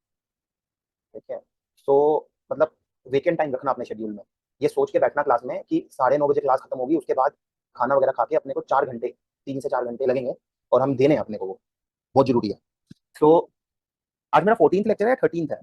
I was confused while writing this number. कोई कंफर्म कर सकता है? 14th ही है सर आज. तो 16th लेक्चर तक ना वो चैप्टर फिनिश हो चुका होगा, उसके सारे डाउट्स हो चुके होंगे. तो उसके बाद फिर फेस ट्रांजिशन में भी सेम होएगा, एक ही दिन होगा जिस दिन मैं पूरा थियरी करा दूंगा और अगले दिन हम सारे क्वेश्चंस डिस्कस कर लेंगे. तो by the end of 18th lecture we will be done with thermodynamics. Thermodynamics complete हो जाएगी चैप्टर 3 से चैप्टर 7 डन. उसके बाद there will be a class test. ठीक है, सो माय 19th लेक्चर में I am going to revise complete thermodynamics, chapter 3 4 5 6 7 पूरा revise करेंगे बैठ के. इन सारे चैप्टर्स के नाम शॉर्ट नोट्स बनाएंगे बैठ के. वो शॉर्ट नोट्स ऐसे होंगे कि एग्जाम में बस वही पढ़ के जाने हैं. ट्रस्ट मी, वही पढ़ के जाने हैं, पूरी थर्मोडायनामिक्स पढ़ने की जरूरत नहीं है. उस दिन लेक्चर 19th में मैं आपके 2 घंटे में ऐसे नोट्स बनवा दूंगा, मार्क माई वर्ड्स, कि तुम्हें अपने नोट्स पढ़ने की जरूरत नहीं है. सिर्फ वो उस दिन जो 4-5 पेज भरेंगे ना, बस वही पढ़ के जाने हैं एग्जाम. लेक्चर 20 में I am going to discuss your class test 1, जिसमें सारे चैप्टर्स आएंगे. ठीक है, तो by 20th lecture we will be done with these chapter and then we will start with chapter 1, kinetic theory of gases, and then at last we will start your statistical mechanics. Clear? Yes, sir. Yes sir. Yes, sir. Yes, sir. चलो good good good. But थोड़ा ना तुम लोगों को साथ निभाना होगा, like कि जैसे आज रात ऐसा कोई होमवर्क नहीं है तो तुम क्या कर सकते हो, तुम अपनी नोटबुक बंद करो और सोचो कि मेरे को एंट्रोपी रिवाइज करना है. दिमाग पे प्रेशर डालो. सर ने कौन कौन सा टॉपिक कराया था? सर ने कहा था mixing of 2 ideal gases. Topic डालो mixing of 2 ideal gases, 2 boxes बनाओ, सेपरेशन बनाओ, फिर पार्टीशन हटाओ, दोनों गैसेस को मिक्स कर दो. अब इसके बारे में जो मन में आ रहा है वो पेन डाउन कर दो. फिर क्रॉस वेरीफाई करो नोट से, आंख बंद करके कैसे, मतलब थोड़ी आंख खोल के वेरीफाई करो. फिर दिख गया हाँ ये भूल गए, फिर नोटबुक बंद कर दो, फिर फटाफट पेन डाउन करो जो पोर्शन रह गया. तो ऐसे करते हुए आज रात को कुछ दो चैप्टर रिवाइज कर लो. ठीक है, ऐसा करो. और जिसके क्वेश्चन सॉल्व नहीं हुआ वो क्वेश्चन सॉल्व करे. क्वेश्चन नंबर 7 देखो भैया, 10 gram water at 20 degrees Celsius is converted into ice at -10 at constant atmospheric pressure. Assuming specific heat of ice to be this, what is total change in entropy of the system in calorie per Kelvin up to the 1 decimal place? Latent heat of ice is given. Okay. So आपको given है initial is 10 gram पानी liquid state में at 20 मतलब 293.15 Kelvin. देखो क्योंकि ये NAT है तो मैं इतना प्रिसाइज रह रहा हूँ, अदरवाइज MCQ में मुझे फर्क नहीं पड़ता। अब मुझे ना इसको कन्वर्ट करना है इसमें 10 gram ice eight -10 degree Celsius, -10 का मतलब 263.15 केल्विन। वैसे 273 भी ऐड कर सकते हो, ये 0.15 छोड़ सकते हो, इतना फर्क नहीं पड़ेगा क्योंकि एनएटी में एक रेंज दी जाती है और उस रेंज में इतना तो एग्जामिनर इंश्योर करेगा कि इतना एरर वो टेक केयर करेगा, ठीक है। बट मेक अ हैबिट, ये सिंस एनएटी तो थोड़ा प्रिसाइज कर लेते हैं, ठीक है। नाउ आपको निकालना है एंट्रोपी कितने से बदली सिस्टम की in calorie per kelvin. So actual में this process consist of 3 different processes. पहला प्रोसेस, पानी ठंडा होता जाएगा और तब तक ठंडा होगा जब तक ये पानी ही रहे बट टेम्परेचर 20 से घट के 0 डिग्री सेल्सियस मतलब 273.15 केल्विन। सो इस प्रोसेस के दौरान डेल्टा एस ड्यूरिंग पहला process it is integral dq by में t, limit of the temperature 0.15 से 273.15, dq can be replaced by m cp dt, isobaric heating है ये। Specific heat capacity of water at constant pressure, किसी एक student ने अभी chat box में भी क्वेश्चन पूछा है, yes that you need to remember, वो आपको याद होनी चाहिए। I think it is not given in the question, तो आपको याद होनी चाहिए वो। एंड इट इज कितना, सीपी ऑफ वाटर कितना होता है 1 कैलोरी पर ग्राम पर 1 कैलोरी पर ग्राम पर केल्विन, तो पुट कर दो इसको। एंड m इज 10 ग्राम, देखो मैं सब्स्टिट्यूट कर रहा हूँ, यूनिट के साथ सब्स्टिट्यूट कर रहा हूँ, 1 कैलोरी पर ग्राम पर केल्विन dt ओवर में t, लिमिट गोज फ्रॉम 293.15 से 273.15, सो पर ग्राम से ग्राम कट जाएगा, you are left with 10 times ln of T2 by T1, 273.15 over में 15, आंसर बचेगा कैलोरी पर केल्विन में। कितना आ रहा है देख लो भैया, किसी ने निकाला तो बता दो, अदरवाइज कैलकुलेटर तो है, 0.707 ठीक है, with a negative sign, right, sir. Good. So it comes out to be minus of 0.7066। मैं 4 डेसिमल प्लेस तक रखूंगा अपना आंसर, बाद में ऐड सेपरेट करके फाइनल आंसर राउंड ऑफ कर दूंगा जहां तक पूछा गया है, क्योंकि एनएटी है इसलिए 4 तक रखा। नेक्स्ट स्टेप इज हीट निकालो, फर्दर हीट निकालोगे तो पानी जम के बन जाएगा, फ्रीज होके ये बन जाएगा आइस में, बट टेम्परेचर 0 डिग्री सेल्सियस ही रहेगा। तो this process which is isothermal as well as isobaric, this process is called as phase transition. ये एक ऐसा प्रोसेस है जो ना कि सिर्फ सेम टेम्परेचर पे बल्कि सेम प्रेशर पे कैरी आउट किया जा रहा है, इसमें सिर्फ फेज बदल रहा है, वॉल्यूम चेंज हो रहा है, वॉल्यूम में एक डिसकंटिन्यूटी है, temperature remains the same, pressure remains the same, this is called as phase transition. इस प्रोसेस के दौरान एंट्रोपी कितने से बदली, integral dq by t, temperature is constant, it comes out of the integral dq gives you delta q and delta q is m into l, right? तो mass is 10 ग्राम, ठीक है। जिसका आंसर नहीं आया था, किसका नहीं आया था, संकल्प का, किसका नहीं आया था आंसर, जी सर। श्रवण, अच्छा श्रवण देखो l कितना है 80 कैलोरी पर ग्राम ओवर में 27, श्रवण ये सही आ गया था डेल्टा पहला वाला, yes sir. Very good very good. अभी देखो 800 बाय में 273.15 कितना आ रहा है श्रवण, बताओ ये नंबर, करा हुआ ना आपने, लिखा भी हुआ होगा, ये आ रहा है 2.98 2.9288, यही आ रहा था, कहाँ गया सर। ठीक है, यही आ रहा था। अब यहाँ ना एक जी सर। मिस्टेक हो गई, बहुत ब्लंडर मिस्टेक हो गई, और ये इसी कारण से आपका आंसर नहीं आ रहा। कौन बच्चा यहाँ मिस्टेक बता सकता है मेरे को, यहाँ एक मिस्टेक हो गई, लेटेंट को नेगेटिव लेना है। हाँ यहाँ हमने एक मिस्टेक, और जेन्युइनली बताओ किस किसने ये करा है, जेन्युइनली देखो बताना जरूरी है ना, किस किसने से यस, किस किसने ऐसे किया, यस सर। ठीक है। एक मिस्टेक हो गई यहाँ पे, देखो ऐसा करने में ना यहाँ से यहाँ जाने में हीट देनी नहीं पड़ेगी बल्कि हीट निकालनी पड़ेगी, हीट निकालनी पड़ेगी, that is why answer will be negative. अब समझ में आया ना श्रवण, वेरी गुड। जी सर। अच्छा एक बात बताओ श्रवण, अगर मान लो ये क्वेश्चन सर ने सीधा क्लास में सोल्व करा दिया होता, उस केस में आपको ये माइनस याद रहता एग्जाम में या अब याद रहने वाला है, अब याद रहेगा सर, है ना।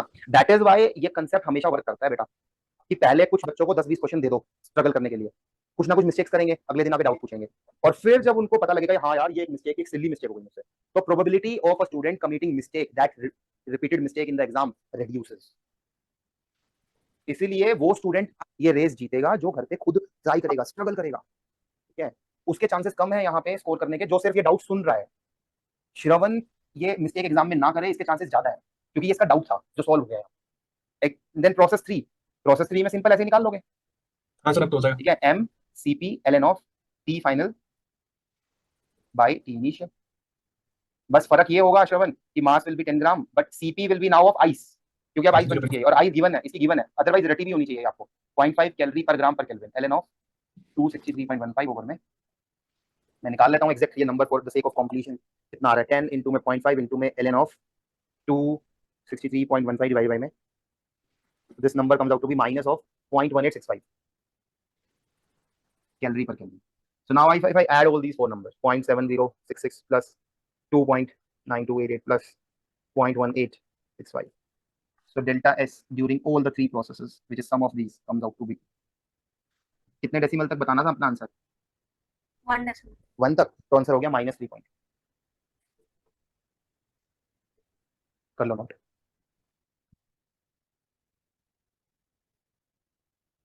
नाइन्थ देख लो।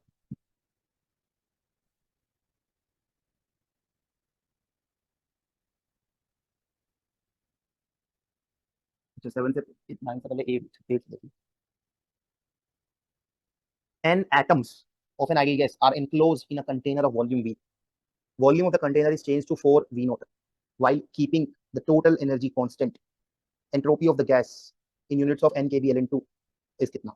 Change in entropy निकालना है।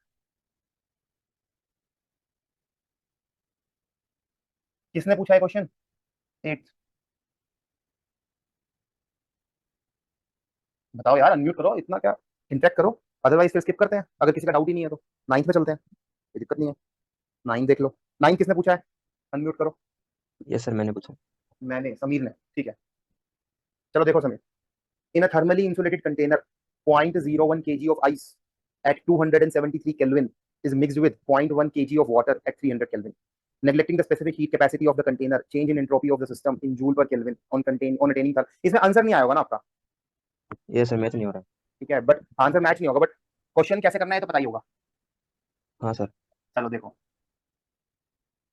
देखो ऐसा कुछ हो रहा है यहाँ पे। समीर नहीं पूछा है ना? हाँ, कितने यहाँ पे सिस्टम दिखाई पड़ रहे हैं आपको? बताओ इस क्वेश्चन में सिस्टम आइडेंटिफाई करो, कितने सिस्टम है? सर इसमें आइस और वाटर दो है ना? हाँ, दो है। कितना कितना मास गिवन है? पहला सिस्टम आइस मान लेते हैं, कितना मास गिवन है? 0.01 10 ग्राम। kg। हाँ सही बोल रहा है, 10 ग्राम, सही है। टेम्परेचर कितना गिवन है इसका आइस का? 273। 0 डिग्री सेल्सियस, मतलब आइस गिवन है ये, सही है। इसको मिक्स कर रहे हैं विद सिस्टम 2। सिस्टम 2 का मास कितना गिवन है बेटा? m2 100 ग्राम। हाँ सही है, सही बोल रहा है, 100 ग्राम। और टेम्परेचर कितना गिवन है? रूम टेम्परेचर ना 27 डिग्री सेल्सियस, वाटर है, ठीक है। दोनों को मिक्स कर रहे हैं।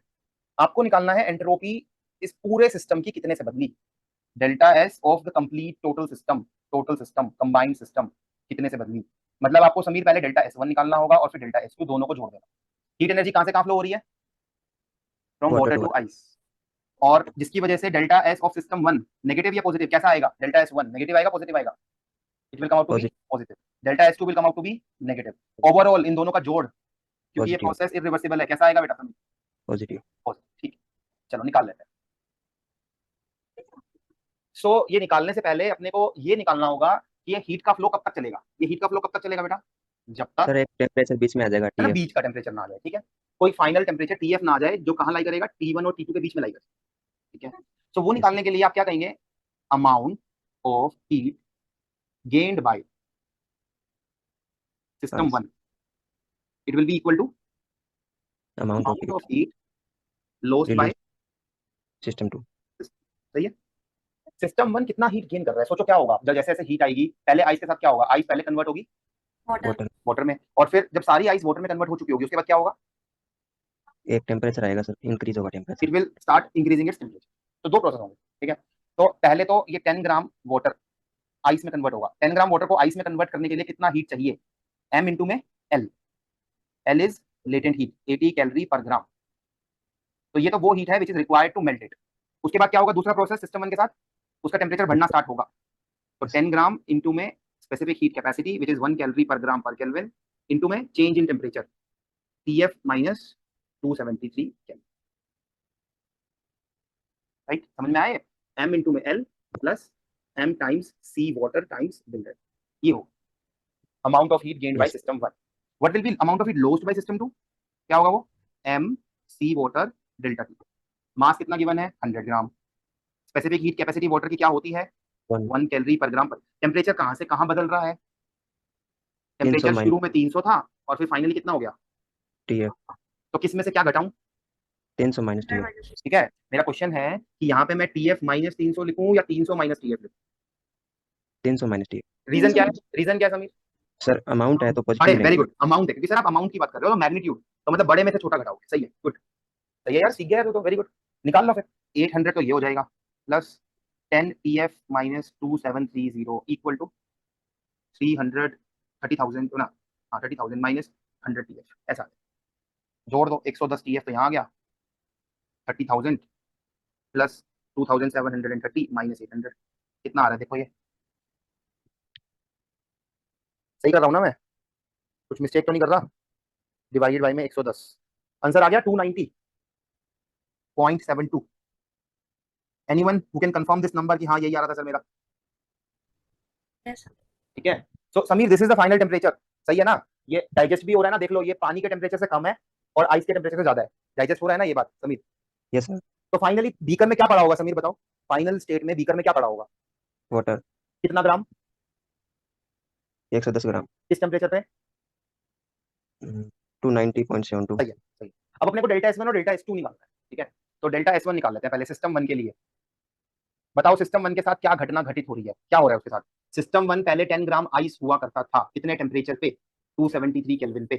पहले ये किसमें कन्वर्ट हुआ समीर? 10 ग्राम वाटर एट कितना टेम्परेचर? 300 केल्विन। इतना ही, 273 ही, ठीक है? पहले मेल्ट हुआ और दूसरा प्रोसेस क्या हुआ? इसका टेम्परेचर बढ़ना चालू हुआ, कहां तक बढ़ा? कहां तक बढ़ा समीर? 290.72 है ना? केल्विन। तो सिस्टम 1 के साथ दो घटनाएं, दो प्रोसेस घटित हो रहे हैं, और सिस्टम 2 के साथ सिर्फ एक ही प्रोसेस। टेम्परेचर क्या है वो डिक्रीज। प्रोसेस? 100 ग्राम वाटर था, कितने टेम्परेचर पे था पहले? ओरिजिनली कितने टेम्परेचर पे था? 300 पे। ये ठंडा होके कितना हो गया? कितना हो गया बेटा? 290.72। निकाल लेते हैं हम चेंज इन एंट्रोपी। तो बताओ इस प्रोसेस में, पहले प्रोसेस में कितने एंट्रोपी बदली? इंटीग्रल dq/dt से निकालना है। टेम्परेचर इस प्रोसेस में कांस्टेंट रह रहा है, तो टेम्परेचर बाहर आ जाएगा इंटीग्रल के, और M इंटीग्रल dq आपको डेल्टा क्यू दे देगा। डेल्टा क्यू कितना होता है इस प्रोसेस में आइस से वाटर? ml, into L तो ml/t आ जाएगा। m कितना है? 10 ग्राम। l कितना होता है? 80 कैलोरी पर ग्राम। टेम्परेचर कितना है? 273 केल्विन। निकालो कितना आ रहा है, निकालो। 800 बाई 273 कितना आ रहा है? 2.93, 2.93 कैलोरी पर ठीक है? तो ये आ गया 2.93 कैलोरी पर केल्विन। ऐसे ही यहां से यहां जाने में dq/t, dq की जगह लिखेगा mc/dt बाई में t। लिमिट कहां से कहां? इनिशियल से फाइनल, 273 से 290.73। सो आंसर आ जाएगा mc ln of t final by t initial. m is 10 gram and c of water is 1 calorie per gram per Kelvin, ln of 290.73 by में। निकालो ये कितना आ रहा है? 0.629। ठीक है, मैं भी निकाल लेता हूँ, 10 इंटू में ln ऑफ 290.73 डिवाइडेड बाई में 200, सो ये आ गया 0.63 लिख लो, ठीक है? So therefore change in entropy of system 1, जोड़ दो दोनों को, 0.63 plus 2.93 comes out to be 3.56 calorie per kelvin. System 2 देखो जरा, 100 gram water at 300 kelvin is being cooled to 100 gram water at 290.72। तो इसके लिए डेल्टा S2 फिर से वही इंटीग्रल dq/t करेगा, dq की जगह mc/dt लिखेगा, आंसर आ जाएगा mc ln ऑफ T2/T1 में t इंच, 300। ठीक है? m आपका 100 ग्राम है और c आपका 1 है, तो 100 इंटू में 1 इंटू में ln ऑफ दिस, निकाल लो कितना आ रहा है?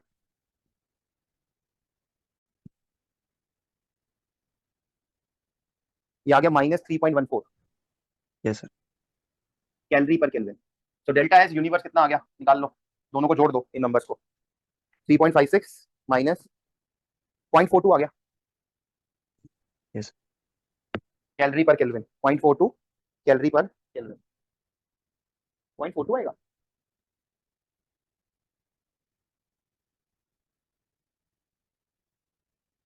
जूल पर केल्विन में चेंज करना है।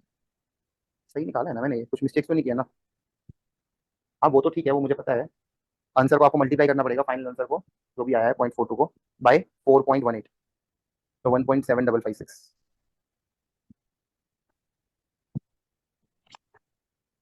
सर आपने एक अलग लिखा है, मतलब जो यहाँ पर आंसर आता है ना टीएफ का, वो आपने 290.72 लिखा है लेकिन मुझे 290.27 है। है ना? 290.27 है, हाँ ठीक है। ये गड़बड़ हो गया। गुड, इट इज 290.27, 72 लिख दिया मैंने, तो फिर ये सारे नंबर्स गड़बड़ हो गए रे, सारी मेहनत खराब हो गई, है ना। सर कुल मिलाकर आंसर 1.030 जूल पर हाँ केल्विन ये आ जा ठीक रहा कर लेते हैं, ये नंबर ठीक कर लेते हैं यार, 290.27 है यार ये, ठीक है। तो ये ठीक कर लो आप, इसको ठीक कर लेते हैं। 10 इंटू में ln ऑफ,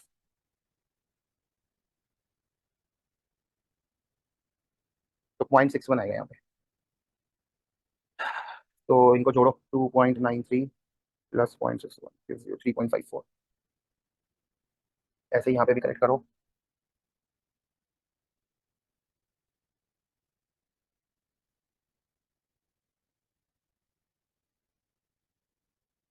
-3.29 मतलब -3.30,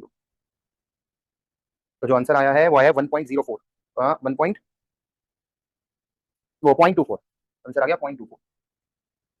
और इसको अगर आप कन्वर्ट कर दोगे, इसको मल्टीप्लाई कर दोगे बाय 4.2 से कर लो या 4.18 से कर लो, तो दिस गिव्स यू 1.0032, ठीक है, 1.0032। Okay sir. हाँ। सर इस क्वेश्चन मतलब इस क्वेश्चन में नहीं हो रहा, लेकिन हो सकता है ऐसा क्वेश्चन हो, लेकिन उसमें आइस पूरा वाटर में कन्वर्ट ना होकर कुछ बिल्कुल। फ्रैक्शन, बिल्कुल हो सकता है संकल्प, वेरी गुड, बिल्कुल तो हो सकता कैसे पता करेंगे? है। तो उसमें आपका आंसर, जैसे कि अभी यहाँ पे टीएफ कितना निकल गया है, 290 आ गया ना ऐसा करने पे संकल्प। Yes sir. इसमें हमने क्या, इसमें हमारी क्या थिंकिंग थी कि सारी आइस मेल्ट हो जा रही है और फिर जो पानी में कन्वर्ट हो रही है, पानी फर्दर हीट हो रहा है, ये थिंकिंग थी ना इसमें हमारी। और हमारा आंसर क्या निकला था टीएफ 290.27। 290.27। तो मान लो अगर सारी आइस मेल्ट ना हो रही होती, जैसा आप बोल रहे हो कि सर ऐसा भी तो हो सकता है सारी आइस मेल्ट ना हो, ये फिर 0 हो जाएगा। तो आपका जो ये आंसर आएगा ना, ये आंसर कुछ गलत आ जाएगा, मतलब इस रेंज के बाहर आ जाएगा, 273 और 300 के बाहर आ जाएगा रेंज। तो वहां से फिर आप एक आइडिया लगाओगे कि जो सोच में लेके चला था वो गलत थी। इसका मतलब संकल्प कि सारी की सारी आइस ना मेल्ट नहीं हो रही होगी। सर मैंने ऐसा किया था, पहले इसको चेक किया था, तो पहले पूरा आइस को बिल्कुल। कन्वर्ट किया वाटर 0 डिग्री बिल्कुल सेल्सियस। बिल्कुल, दैट इज मोर करेक्ट यार, पूरा ना चेक कर लेते हैं। कैसे चेक करा, ऐसे चेक किया होगा कि यहाँ पे कितनी हीट अवेलेबल है, यहाँ पे हीट Yes, अवेलेबल है 100 इंटू में 1 इंटू में 300 माइनस 273, यस तो जो सर। हीट अवेलेबल है वो 2700 कैलोरी अवेलेबल, और पूरी आइस को पिघलाने के लिए 800 कैलोरी चाहिए। हाँ तो इससे आइडिया लगा कि यार हाँ आइस तो सारी पिघलेगी।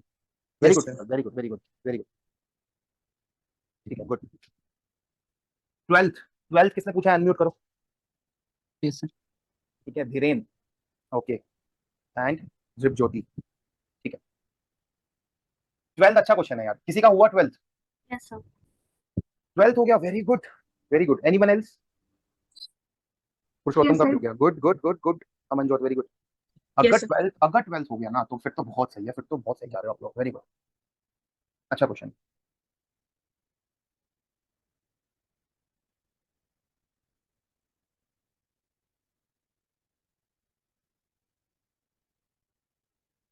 चलो देखो, two identical bodies of constant volume have internal energy given by U equal to CT square। दो आइडेंटिकल बॉडीज हैं।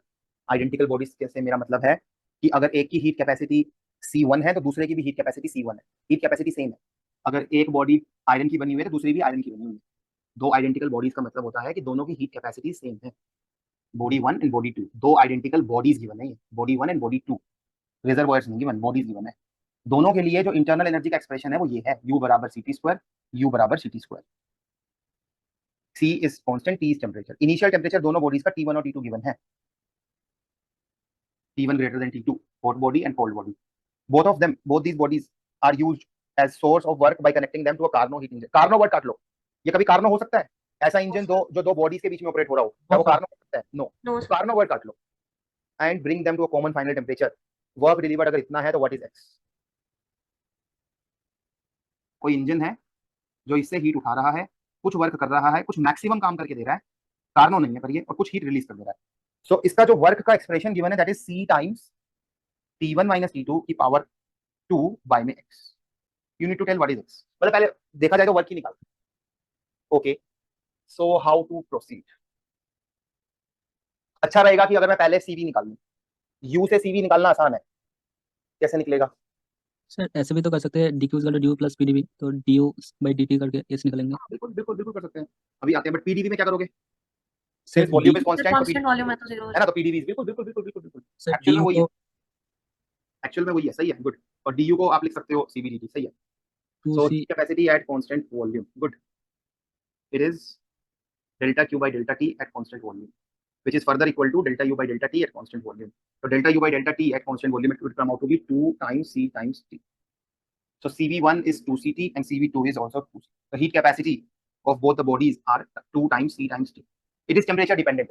This question is different from the usual questions which you have tackled till now, where CV, heat capacity, was a number independent of temperature. Now it is depending on temperature. It is no longer constant. तो यहाँ पे ध्यान से करना होगा. ये engine कब तक चलेगा? ये इंजन कब तक ऑपरेट करेगा? जब तक common final temperature temperature. Engine will operate until or unless. कब तक चलता रहेगा engine? T1 decrease to a common है ना? टेम्परेचर कब तक चलता रहेगा? जब तक बॉडी 1 का टेम्परेचर T1 से घट के क्या ना हो जाए? TF TF. और बॉडी 2 का टेम्परेचर इंक्रीज हो गया है TF ना, T2 से इंक्रीज होकर के बॉडी 2 का टेम्परेचर T2 से इंक्रीज होकर क्या ना हो जाए, TF तब तक ये इंजन चलता रहेगा. ऐसा करने में कितना हीट निकालना पड़ेगा? तो दैट इज CV dt का integral. Temperature goes from T1 से TF. ठीक है. So it will come out to be, निकालो इसका मोड, T1 से TF का मोड, क्योंकि अमाउंट पूछ रहे हैं. CV की जगह रखो 2CT. Substitute CV by 2CT times dt T1 से TF का मोड. तो this will come out to be 2C बाहर, T स्क्वायर बाई 2, लिमिट रखोगे तो TF का स्क्वायर माइनस T1 का स्क्वायर का मोड. TF इज छोटा, T1 इज बड़ा, सो मोड लोगे तो ये रिवर्स हो जाएंगे and hence Q1 will come out to be C times T1 square minus TF. ये इंपॉर्टेंट था. यहाँ पे क्या नहीं करना था? ये नहीं करना था कि delta Q is C dt, so therefore Q1 will be CV times T1 minus TF. CV हमको दिया हुआ है या निकल गया हमारा 2CT. ये नहीं करना था अगर किसी ने ये किया हो तो. ये नहीं करना. यहाँ पे CV is no longer a constant, तो देयरफॉर ये अप्रोच यहाँ पे नहीं चलेगी. सिमिलरली Q2 निकाल लो. Q2 क्या होगा? CV times dt, temperature of this body goes from T2 से TF. इसका मोड ये तो पॉजिटिव ही आएगा. CV is 2CT dt T2 से TF. 2C by 2 T square will give you TF square minus 2 से 2 कट गया तो C TF square. So work delivered Q1 minus Q2. So this comes out to be C T1 square minus TF square minus C TF square minus T2. So ये आ गया C bracket begin T1 square plus T2 square minus 2 TF square. You are left with only a single task कि TF कितना? TF कैसे निकालें? क्या ऐसे बोले amount of heat released by body 1 will be equal to amount of heat gained by body 2? ऐसे करना पड़ेगा यहाँ पे? क्या अलाउड है करना? नो सर No, क्योंकि दोनों बॉडीज डायरेक्टली कांटेक्ट में नहीं है. एक इंजन है जो बीच में ऑपरेट हो रहा है. तो इसका मतलब you are not allowed to use that approach. Rather you are going to use this engine will deliver maximum work if and only if cycle is reversible change in entropy of an isolated engine undergoing reversible process is 0. 0 Engine consists of 3 parts: body 1, working substance, and body 2. Since working substance of an engine undergoes cyclic process and entropy is a state 0. function, so this is 0. So delta S body 1 निकालना है, delta S body 2 निकालना है. For body 1, delta S for body 1 integral dq by t से निकालेंगे. dq की जगह रखेंगे cv dt by में t. Limit goes from t1 से tf. cv is 2ct, 2c is out of the integral t by t dt, t से t कटा, t1 से tf. You are left with 2c times tf minus tf. Similarly for body 2,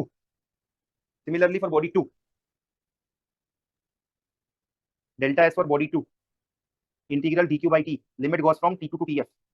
सब कुछ same रहेगा, वही करना है. cv dt by t, t2 से tf. cv की जगह रखोगे 2ct, t और t कट जाएंगे, आंसर आ जाएगा tf माइनस t2. इन दोनों का सम इज 0. तो therefore delta S body 1 plus delta S body 2, इन दोनों का sum is 0. So 2c times tf minus t1 plus 2c times tf minus t2, their sum is 0. बेटा कितना आ जाएगा tf यहाँ से? T1 plus T2 upon 2 तो therefore tf is t1 plus t2 upon में. Substitute this here. देखो work क्या आ रहा है, कितना आ रहा है वर्क?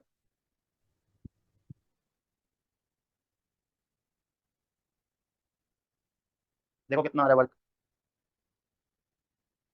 c बाहर t1 square plus t2 square minus 2 times tf square, t1 plus t2 by 2 का होल स्क्वायर. देखो कितना आ रहा है. नेटवर्क इशू आ रहा है क्या? ब्लर हो रहा है? Yes sir yes sir Yes, sir. Yes, sir. ओहो, yes sir. Okay.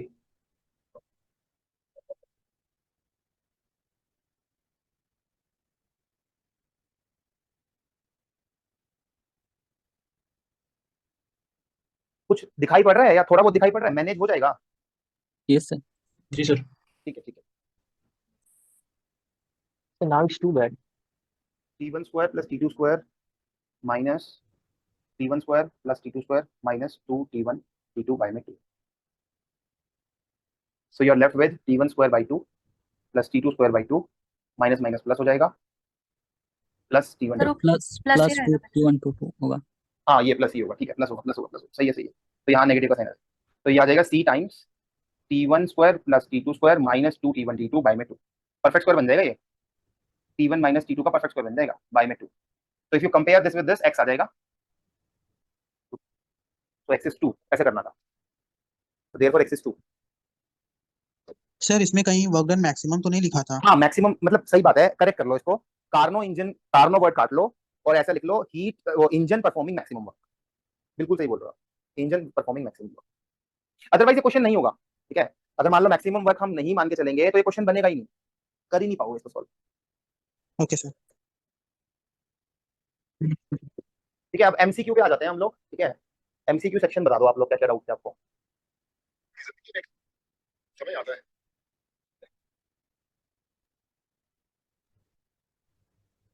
Question number 54. Sir 31 question 30. 53. ठीक है, जस्ट अ सेकंड. ऐसा करते हैं, शुरू के ना 40 क्वेश्चन में से आपसे डाउट्स ले लेते हैं, फिर जस्ट अ सेकंड, क्योंकि अभी टाइम सिर्फ 10 मिनट बचा है. तो शुरू के 40 क्वेश्चन में जो जो डाउट्स हैं वो आप लिस्ट करा दो. सर 13. ठीक है, हाँ बता दो, जल्दी जल्दी बता दो, कोई भी. क्वेश्चन 13. 13. 20. क्वेश्चन 18 सर ये आपने 13 पहले भी तो लिए थे. हाँ मैंने लिए थे, बट 12 तक डिस्कस हो गया था, 13 हम करने वाले थे, वहीं पे क्लास एंड हो गई थी. 13 के बाद बोलो डाउट, 18 जल्दी बोलो यार. सर 18 18, 25. 25, 31. 31. ठीक है, तो मतलब 1 से 40 तक यही डाउट है, 1 से 40 तक बच्चों को यही डाउट. ठीक है, 70. कौन सा? 23. 20, 3. सर 37 37. चलो ये 6 क्वेश्चन कर लेते हैं, फटाफट कर लेते हैं. 13 देखो, अच्छा क्वेश्चन है 13. An ideal gas with adiabatic exponent gamma undergoes a process in which pressure is related by volume by this equation. Volume starts from very close to zero and increase monotonically till P naught by alpha. At what value of volume during the process does the gas attain maximum entropy?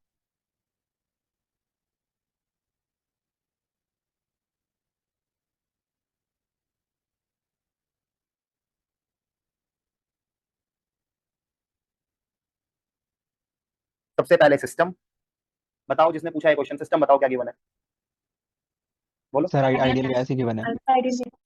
सही है, given है system is ideal, जिसका adiabatic exponent given है आपको. क्या symbol use करा है adiabatic exponent के लिए? Gamma. Gamma. Adiabatic exponent gamma given है, इसका मतलब किस किस का रेशियो गिवन है? सीपी बाय सीवी का रेशियो. प्रोसेस क्या गिवन है, प्रोसेस बताओ, कौन सा प्रोसेस है इसमें? एक्सपेंशन गिवन है बस कौन सा प्रोसेस है? सर एडियाबैटिक नहीं गिवन है. ठीक है, नहीं है, एडियाबैटिक नहीं है बेटा. जिस जिसको बच्चे को लगा है, जिस जिस बच्चे ने इस क्वेश्चन में कहीं पे ये इक्वेशन यूज करने की कोशिश करी, गलत कर गया. प्रोसेस कहीं भी नहीं दिया हुआ, एडियाबैटिक कहीं भी नहीं दिया हुआ, बल्कि प्रोसेस तो ऐसा कुछ गिवन है, P बराबर P not minus alpha V, ऐसा कुछ प्रोसेस है. ठीक है, बल्कि एक्सपेंशन गिवन है, प्रोसेस का नाम है एक्सपेंशन, क्योंकि इनिशियल वॉल्यूम गिवन है 0, इनिशियल वॉल्यूम गिवन है 0 एंड फाइनली जो वॉल्यूम गिवन है वो है आपका P नॉट बाई में अल्फा. आपको बताना है किस वॉल्यूम पे, at what volume entropy attains its maximum.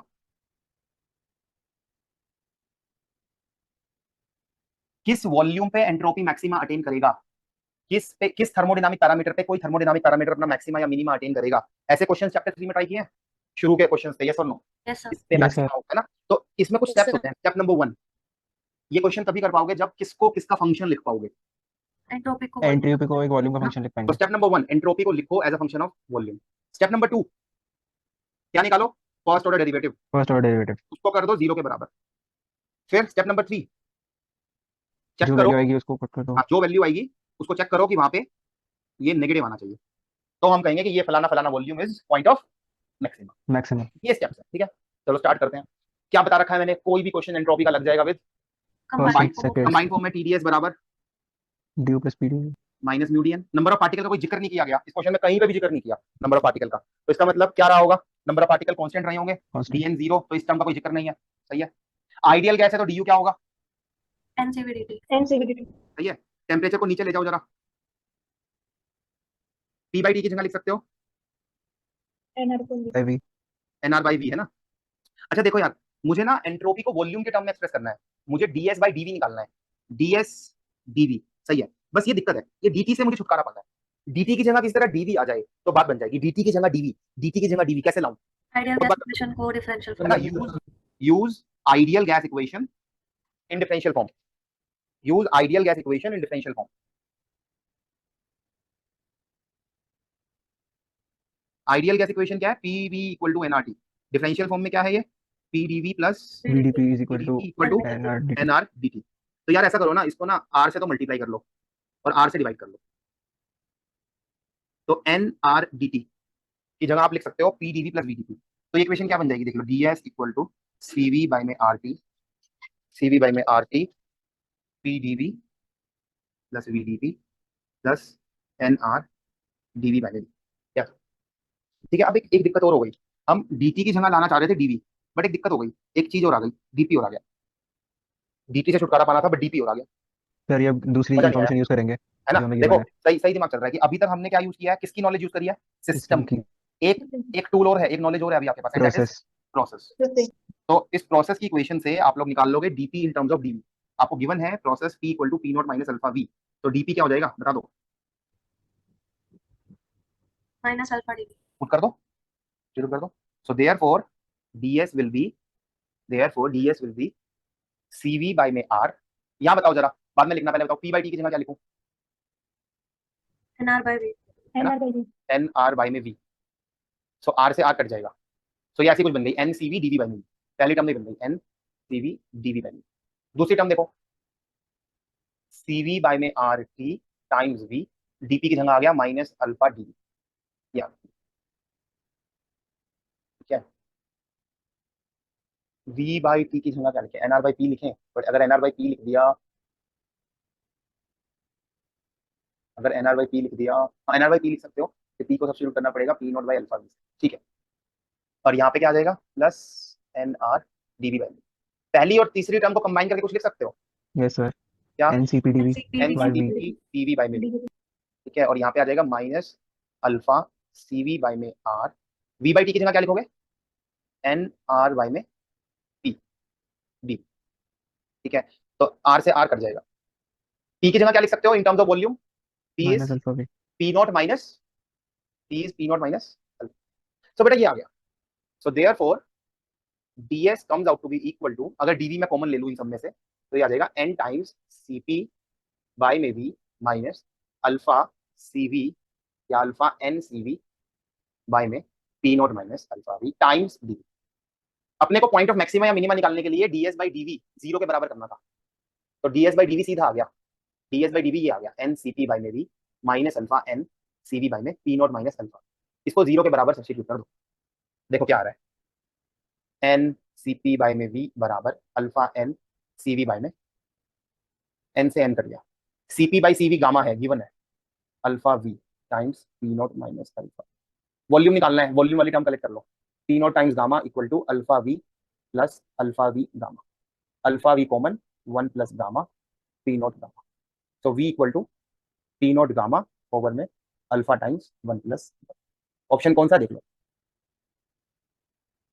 बताओ कौन सा ऑप्शन, ऑप्शन सी।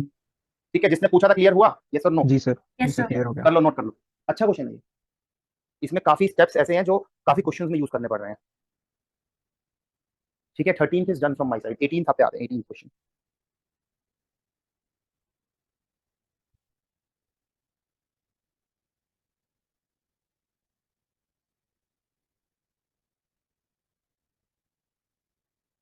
सर मेरा डाटा पैक खत्म हो गया सर, 25 करवा देना, वो मैं क्लास पूरी नहीं कर पाऊंगा।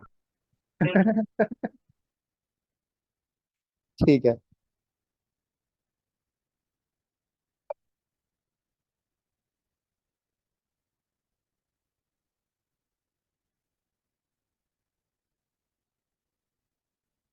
सर क्लियर नहीं दिख रहा। ये नहीं देख ये चलो फिर स्क्रीन बहुत ब्लर आ चलो रहा है। ठीक है दैट्स ऑल फॉर टुडे। ठीक है क्लास वैसे भी टाइम हो गया है। That's all for today. What we will do in next class, we will start with next chapter. ठीक है जो भी आपके डाउट्स हैं 3, 4 एंड 5 इन तीनों चैप्टर के, जो भी एमसीक्यूज के डाउट है, एमएसक्यू एनएटी दोनों चैप्टर्स के अच्छे से हो गए हैं, कंप्लीट हो गए हैं। दोनों ही चैप्टर्स में एमसीक्यूज के कुछ डाउट्स रहते हैं, वो मैं ले लूंगा किसी एक दिन। ठीक है उसके लिए अलग से एक दिन दे देंगे। चलो thank you everyone, good night. Sir मेरा एक क्वेश्चन है। बोलो thank you sir, good night. बोलो संकल्प, सर रब करिएगा बोर्ड को। बोलो बोलो। सर एक्स और वाई एक्सेस बनाइए। हाँ एक इनिशियल पॉइंट है, एक फाइनल पॉइंट है। हाँ इनिशियल और फाइनल पॉइंट को ज्वाइन करने के लिए दो पाथ है, एक रिवर्सिबल एक इरिवर्सिबल। सही है। तो जो एक रिवर्सिबल पाथ है, एक इरिवर्सिबल। हम्म। तो एंट्रोपी चेंज ड्यूरिंग मतलब from initial to final point from reversible is equal to entropy change from मतलब फ्रॉम इरिवर्सिबल पाथ, दोनों सेम रहेंगे। दोनों सेम रहेंगे, दोनों सेम रहेंगे मतलब अगर इरिवर्सिबल है तब भी यस। और लेकिन इंटीग्रल जो होगा dq by वो dt डिफरेंट का। होगा। इंटीग्रल अच्छा। dq by t i से f through reversible path won't be equal to integral dq by t i से f through irreversible path. Okay sir. अगर इंटीग्रेशन के अंदर कुछ भी टर्म डी ऑफ समथिंग लिखा जाए तो वो तो एग्जैक्ट इंटीग्रेशन हो जाएगा ना। Yes so like integration d of x square plus y square, तो वो एग्जैक्ट होगा। तो क्वेश्चन नंबर 11 का ऑप्शन बी हो जाएगा। एमसीक्यू में यस सर। 11 का भी नहीं नहीं नहीं नहीं नहीं, इस सेंस में आप गलत। Integral dq is delta q. Integral dq is delta q and delta q is amount of exchange of heat. Amount of exchange of heat depends on the path. That's a path function. That is not. It is an inexact differential. Exact differential नहीं है वो। Okay sir. Sir हाँ संकल्प। Sir 11th में अगर जैसे D option है, अगर हमारे क्वेश्चन में ऐसा कोई मतलब कोई आर्बिट्ररी तो इंटीग्रल आ दैट विल बी गया, पाथ डिपेंडेंट। Path dependent. कोई भी अगर आर्बिट्ररी हाँ, इंटीग्रल आ गया तो कैसे path लोग चेक करेंगे? पाथ डिपेंडेंट चेक करने की जरूरत नहीं है। That is path dependent. Okay. चलिए गुड नाइट।